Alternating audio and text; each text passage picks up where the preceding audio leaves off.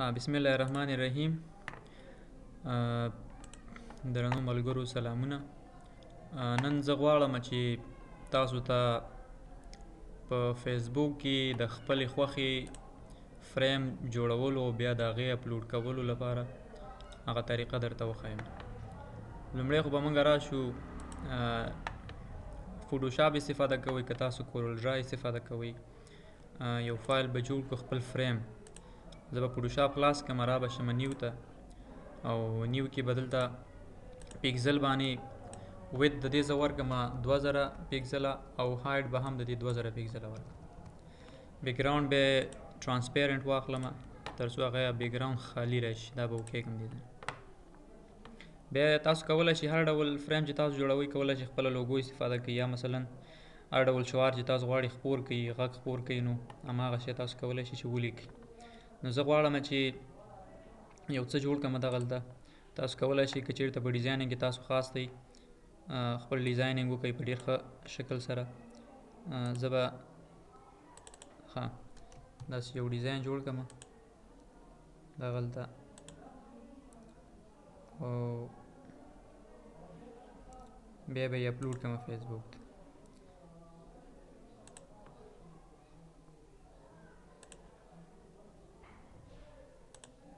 دا به دغلته بند کړم ځکه فعل یې ما هم د دې ځای نه اخیستی.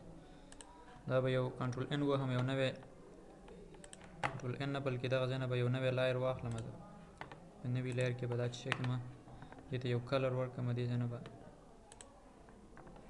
څه ډول کلر ورته واخلم. داسې یو کوشش کوم چې دې ته داسې ګریډین کلر واخلم چې څو رنګ په دې کې استفاده شي خپلې خوښې. نو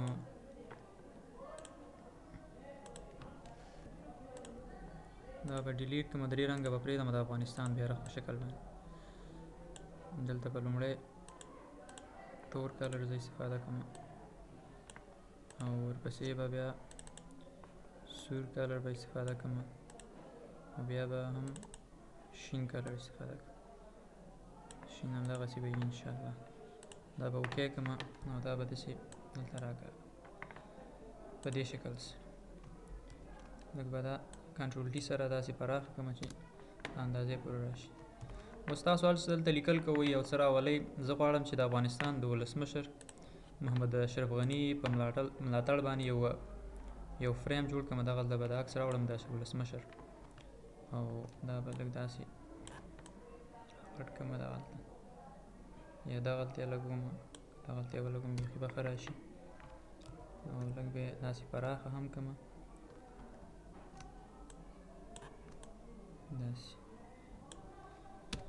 ښه، اوس به دې کې یو څه لیکل هم وکړم. دغلته ټکس به راواخلم او به لیکم چې ولسمشره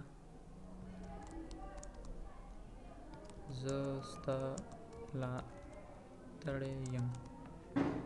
دغسې یو څه ما ولیکل. تاسو کولی شئ چې د خپلې خوښې هر ډول ټکس چې لیکئ، شعار لیکئ، تاسې لیکلی شئ. دې ته به زه یو ښه فانټ واخلم، پښتو فانټ، او بیا به دا فریم موږ جوړ کړو. په فریم کې تاسو کولی شئ چې څومره وخت ستاسو زړه مصرف کړي، خو زه سمپل یو ډیزاین کوم. دغسې یو څه به واخلم، دا به لږ داسې غټ کړم اندازه یې، دا ختم ډېر تړلی سره راغی. او دې لپاره به زه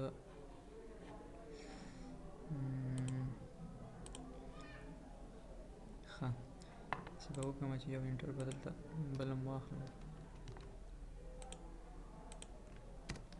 تر څو د دې ته فاصله راشي.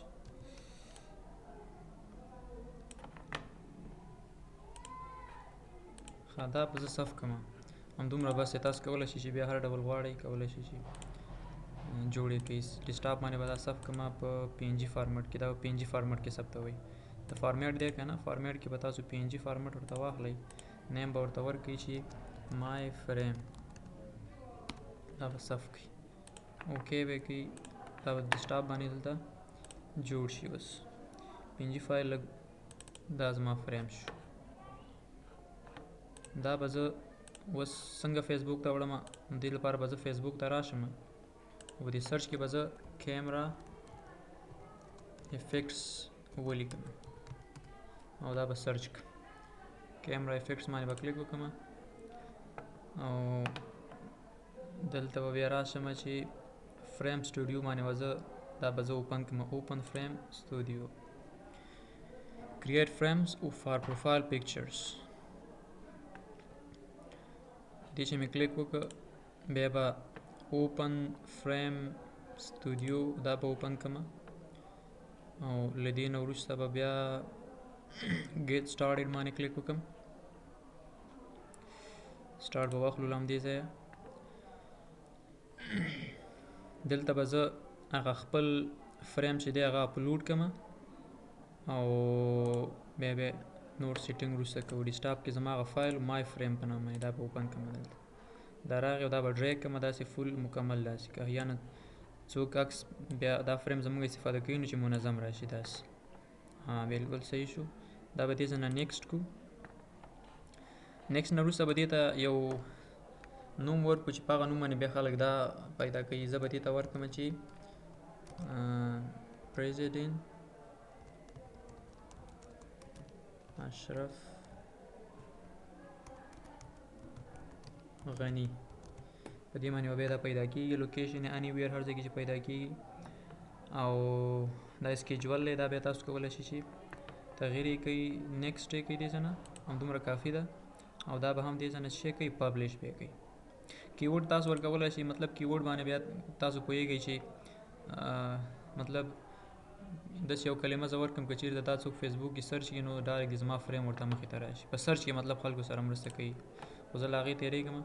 دلته ما ته وایي چې once you submit your frame you won't be able to change the frame name or owner. مطلب کله چې سبمیټ شو نو هغې وروسته یې نشي چینجولی نیم کې یا هغه مالک چې څوک وي. دې ځای نه هغه مالک هم بدلېږي، مطلب د چا په نوم باندې دا پبلش شي که نه. که تاسو کومه صفحه لرئ یا کوم برانډ لرئ یا کوم بل داسې پروفایل چې هغه ډېر مینهوال ولري نو د هغې په واسطه باندې دا کولی شي تاسو څه کوئ، پبلش کوئ. دا پبلش شو. دا به یو 2 ورځې یا 3 ورځې فیسبوک تر څو دا اپروو کړي، اپروول کړي، بیا به هغې نه وروسته دا اپلوډ کېږي. your frame has been published. your frame will soon be available for people to use on their profile pictures. بس دا اپلوډ شو. زه به دا څه کوم، پبلش شو، ډن به یې کوم دې څه نه او تر هغې به انتظار وکړم چې فیسبوک دا څه شی کړي، دا ما ته اپلوډ کړي. دغه دی لاړ.